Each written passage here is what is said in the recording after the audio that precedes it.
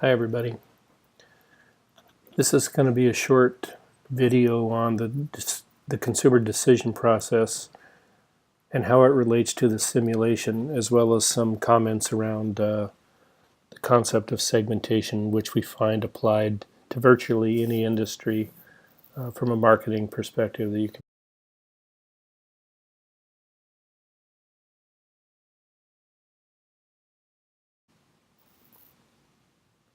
So the consumer decision process says that consumers go through a process in evaluating a product that is applied to most products, and for the ones that the decision process is simplest, you probably stop going through that process after you've evaluated a product to which you're particularly loyal, and you buy it at that point more reflexively. But for more complex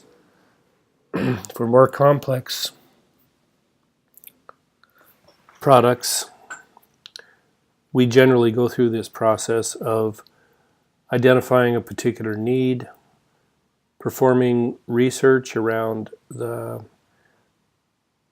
whether or not products in the marketplace are consistent or have the features, attributes, and benefits that would respond to our need. We evaluate them against one another based on this application of criteria that we've established, and maybe we do some testing on it just to make sure, and then we buy it. And so this has very real application to more complex products, as I noted, I think, such as automobiles, houses, computers. The more expensive things, we do tend to apply it more and more, though, to less expensive products, because the internet allows us to do that, go through that search process far quicker and faster than was typical in the case, say, just 5 and certainly 10 or 15 years ago. We can find out very quickly if a particular fabric or level of customer service for a particular company is to our liking.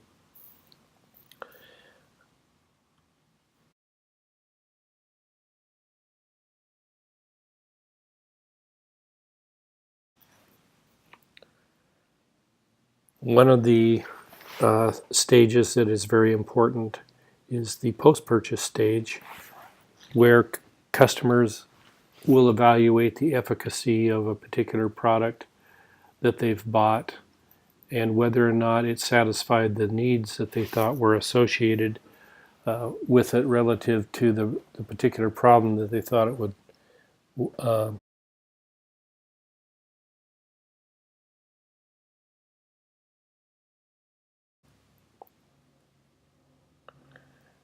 the application of this to the simulation, of course, is if you're buying a product, let's say, to relieve particular symptoms for a cough, a cold, and or an allergy, to what extent was it successful in doing so?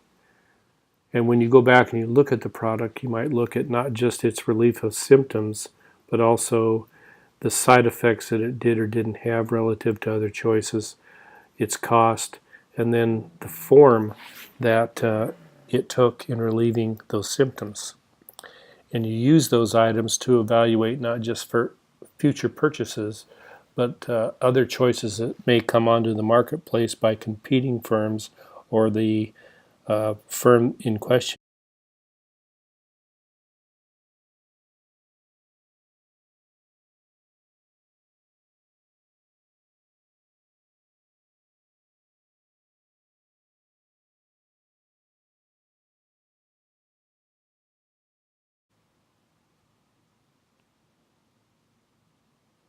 In the beginning, customers have a problem. In this case, it would be they have a cough, cold, or an allergy. They're out of medicine. They're looking for perhaps a new choice, if they've never had those symptoms before, or they're looking for a convenient option in the moment. So they do some information search, perhaps, even if it's as simple as looking on the shelf at what the various choices are, again, if they don't have anything in mind. Or if their particular product is not available in the moment, they will look for other alternative choices. They'll also talk to relatives, they'll talk to a pharmacist or a doctor, perhaps, depending on the nature of the ailment. In this case, it's quasi-medicinal, as far as it being over the counter anyway. Again, they'll look at different brands that tout their ability to respond to the symptoms that they might be having. And based on that analysis, they'll decide which one they're going to purchase. Post-purchase is important because if it didn't relieve their symptoms, then they're not going to use it again. Or if it only relieves some of the symptoms and there's only partial satisfaction, they'll more likely than not try a different product the next time. Now this has relevance to the product life cycle, if you think about it, because what a company wants to do is they want to interject themselves at each point in the decision process. And if the product is early on in its product life cycle, there's different ways to do this.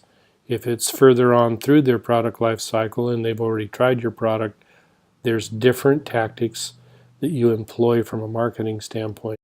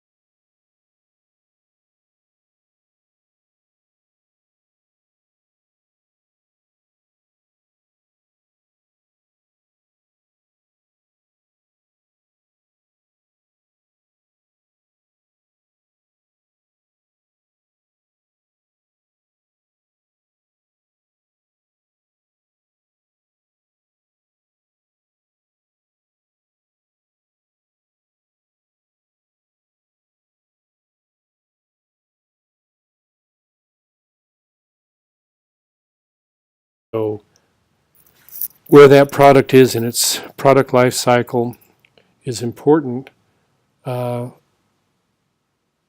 in terms of how you engage with potential customers in their decision-making process. A company like Apple understands this very well, and they're extremely effective at engaging with consumers at each possible stage of the consumer decision-making process. They get involved with them in the search process and the evaluation process. They're very clever that way. And as far as post-purchase opinions, when you buy an Apple product, you typically have an email sent to you before you ever leave the store. They also send upgrades which from a marketing standpoint, I think are often intended, more intentional than actually necessary, because it gives the impression, if nothing else, that they're continuing to make your product better and they haven't left you off their list of buyers that need to be informed about these ongoing improvements that they can pass along so conveniently through software upgrades.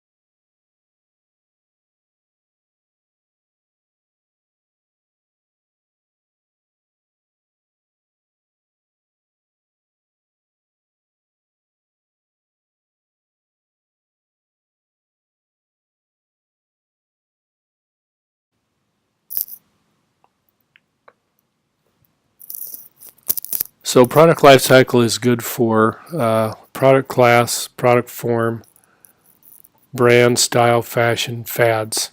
And the key again strategically is to keep passing it back down the product life cycle, or back down the growth curve, and to keep it fresh. And companies do this by offering new and improved versions. iPhone 6 would be the latest. It's employed very, very commonly by technology products, because improvements can be made on a regular basis, if not by you, by the competition. So typically when they lay out a strategy of sales for a product over a 5 or 6 year term, it's not uncommon to see new iterations come out about every 18 months. If you look at a product like Tide, that's really in flatlining, it's late mature, maybe even declining, or at best probably growing organically, then you see them offering new and improved versions about every 3 to 4 years. And that's just to tell you that it's a better tide, whether it is or isn't, to give you the impression, or at least, that there's some additional value added. And again, organically, when we talk about a company growing organically, it means fundamentally it's holding on to its existing market share. That's its overall strategy, because the market space itself for that particular product is not necessarily growing. What's growing is the overall market per se, which is typically defined by the population. So if your product is growing organically and your market share is staying flat, then what you would typically see is you'd have more unit sales that at the growth rate of, if population is growing 1%, you would expect your unit sales to grow 1%. But your market share would remain fundamentally the same. So at some later point in time in the consumer decision process, you seek to make loyal customers over time, and the benefit of that is you maintain market share over time in a market space that isn't really growing in and of itself, and it's very, very expensive once a product gets to a later stage, mature growth stage of the product life cycle to grow market share. It's more about maintaining market share and just experiencing growth in units organically.